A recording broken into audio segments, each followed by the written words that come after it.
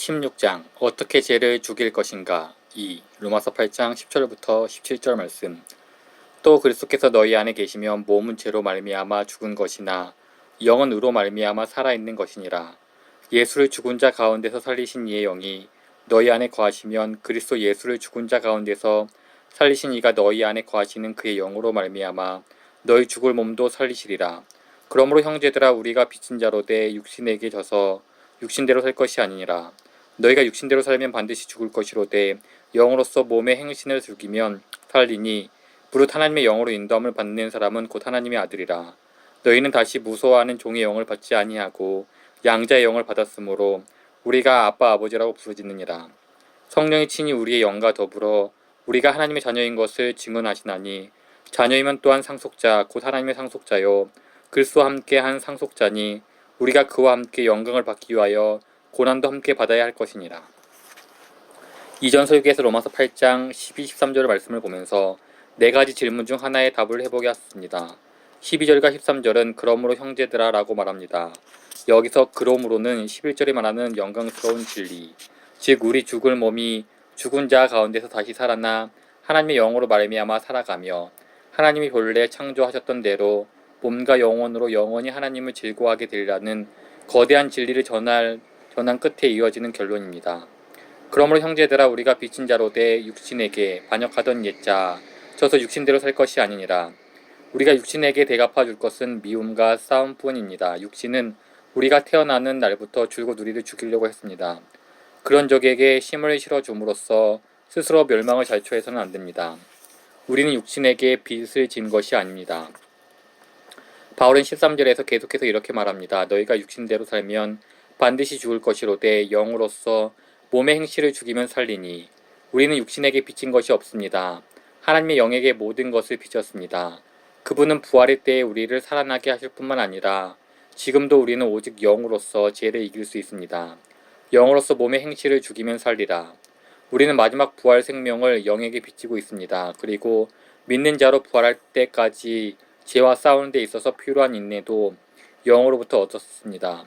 우리가 영으로서가 아닌 다른 방법으로 그리스도인으로 살아남으려고 한다면 결코 성공하지 못할 것입니다. 우리는 죽을 것입니다. 지난번에 제가 보여드리려고 했던 것은 이 위협은 실제 상황이고 이 싸움에 대한 요청은 너무나 중차대하다는 것이었습니다. 삶이 전쟁이라고 믿기 전까지는, 즉 자신의 영혼이 걸린 문제라고 믿기 전까지는 우리는 진지함이나 경각심, 열정, 전투태세도 갖추지 않고 그저 절반은 장난으로 기독교를 믿는 셈입니다. 오늘 아침 우리가 이런 상태라면 아주 위태로운 상황에 처한 것입니다. 대적이 지금껏 우리를 잘도 속여 아무 일도 없는 것처럼 편안하게 생각하고 잠들어 있게 만든 것입니다. 하지만 하나님은 그분의 자비하심으로 우리를 오늘 이곳에 있게 하셨고 이 설교를 통해 우리를 깨우시고 전투태세를 갖추게 하십니다. 예수님은 마태복음 11장 12절에서 이렇게 말씀하셨습니다. 침례 요한의 때부터 지금까지 천국은 침노로 당하나니 침노하는 자는 빼앗느니라. 천국에 들어가기 원합니까? 그렇다면 침노하여 빼앗으십시오. 하지만 누구를 또는 무엇에 대항해 침노하시겠습니까? 예수님의 대답을 들어보십시오. 만일 내 손이나 내 발이 너를 범죄하거든 찍어내버리라. 장애인이나 다리 저는 자로 영생에 들어가는 것이 두 손과 두 발을 가지고 영원한 불에 던져지는 것보다 나으니라.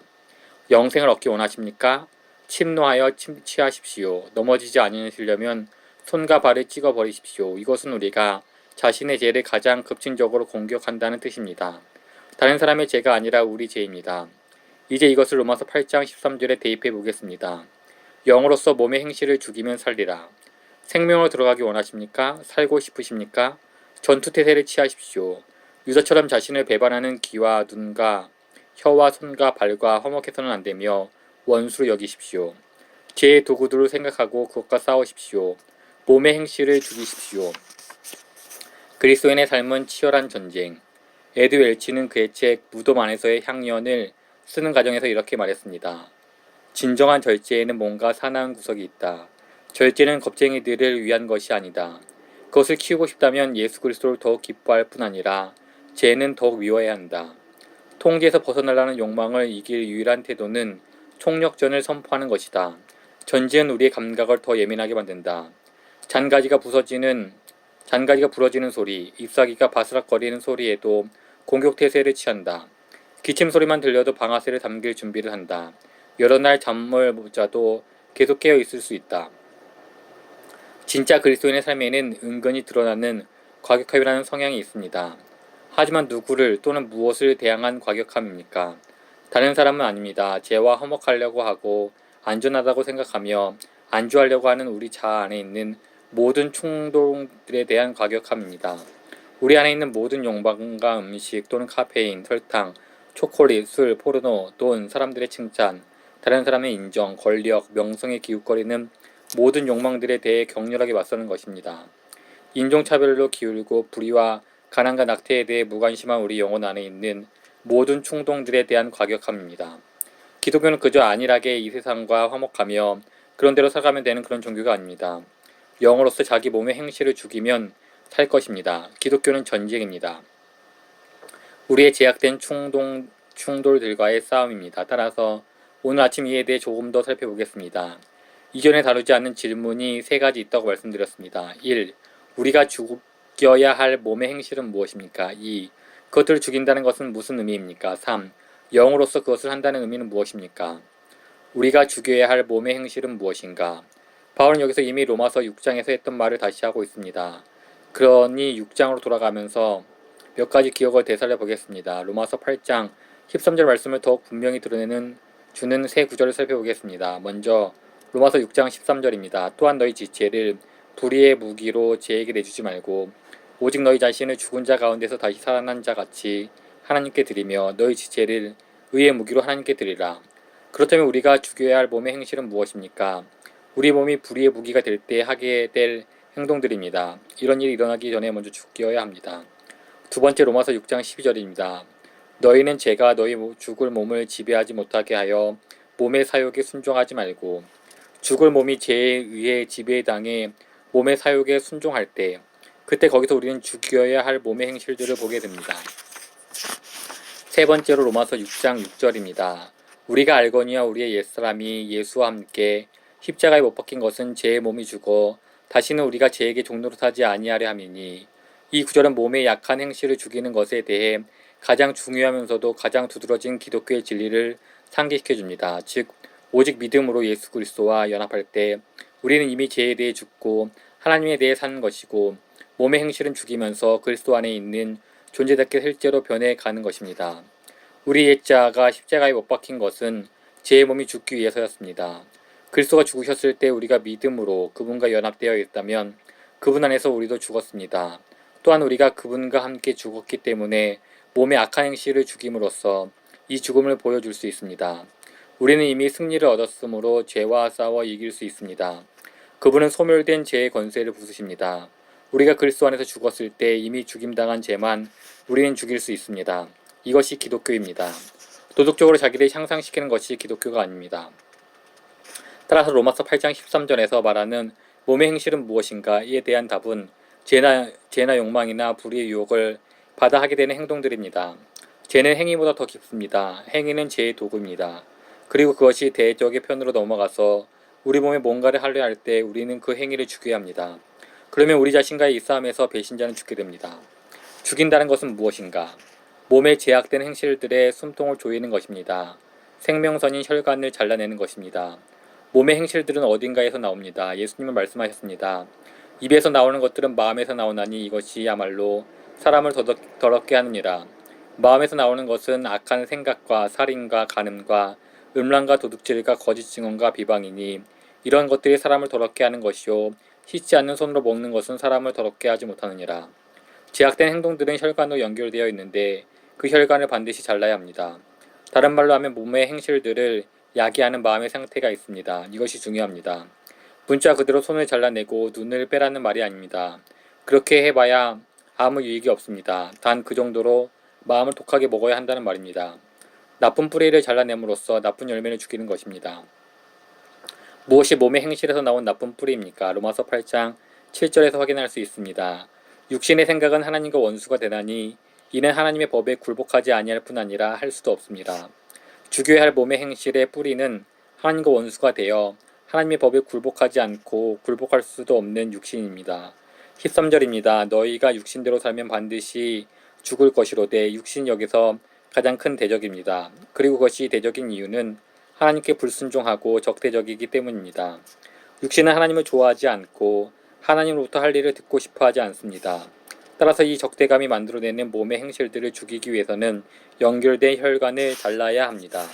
상소 공급관을 잠가 버려야 합니다.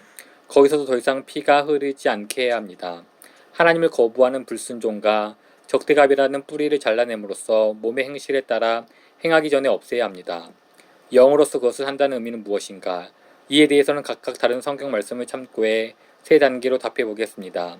1단계 영의 일들의 마음을 두라. 로마서 8장 5, 6절을 주목하고 여기서 바울이 영과 육을 어떻게 말하고 있는지 보십시오. 육신을 따르는 자는 육신의 일을, 영을 따르는 자는 영의 일을 생각하니 육신의 생각은 사망이요 영의 생각은 생명과 평안이니라. 따라서 첫 번째 대답은 영으로서 몸의 행실을 죽이는 것에는 영의 일에 마음을 두는 것이 포함된다는 것입니다. 단지 유혹을 보면서 싫어 라고 말하는 것이 아닙니다. 물론 그것도 중요합니다. 꼭 이렇게 하셔야 합니다. 하지만 영으로서 몸의 행실을 죽이려면 그 이상을 해야 합니다. 즉 마음과 정신과 영적 집중력을 다른 곳으로, 즉 영의 일들로 돌려야 합니다. 2단계 하나님의 말씀과 그 말씀이 보여주는 현실에 마음을 두라. 영의 일들은 무엇입니까? 유혹을 받을 때 죄를 죽이기 위해 영의 일들의 마음과 정신을 고정하려면 무엇을 바라보아야 합니까? 고린도전서 2장 13, 14절 말씀이 중요한데 여기서 바울은 자신의 가르침이 하나님의 영감을 불어넣으신 말씀이라고 말합니다. 신약에서 영의 일들이라는 말이 사용된 곳은 로마서 말씀과 이 고린도전서 2장 말씀이 전부입니다. 그는 자신의 계시를 이렇게 표현합니다. 우리가 이것을 말하거니와 사람의 지혜가 가르친 말로 아니하고 오직 성령께서 가르치신 것으로 하나.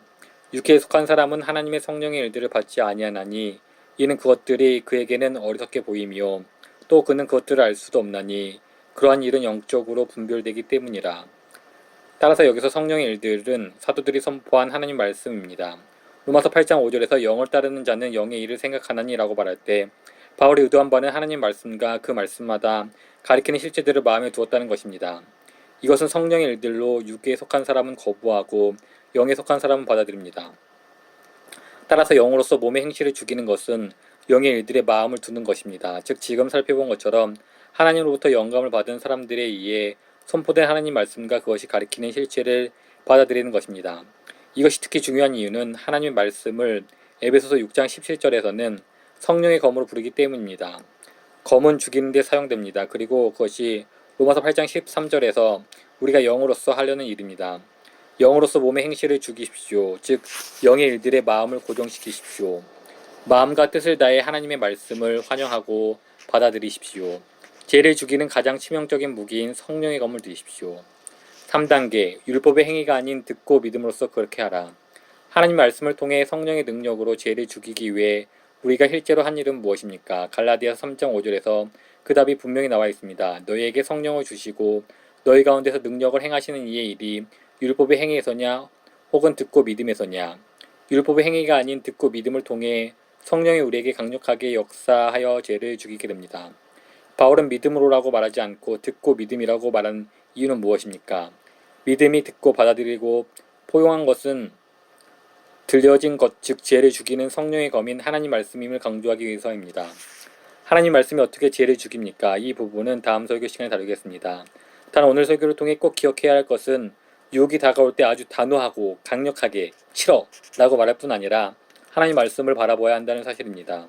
특히 제가 우리에게 약속하신 것보다 하나님께서 우리를 위해 더 많은 것을 예비하고 행하실 거라는 약속의 말씀들을 바라보십시오. 그리고 그분을 믿는다면 죄의 뿌리를 잘라내게 될 것입니다. 그러므로 마음과 생각을 진리와 생명과 능력의 원천인 하나님의 약속들에 흠뻑 적시십시오. 유혹이 다가올 때면 모든 것을 만족시키는 말씀인 성령을 검을 꺼내 드십시오. 그리고 그것을 믿으십시오. 그 성령의 검으로 죄의 뿌리를 잘라내십시오. 죽이십시오.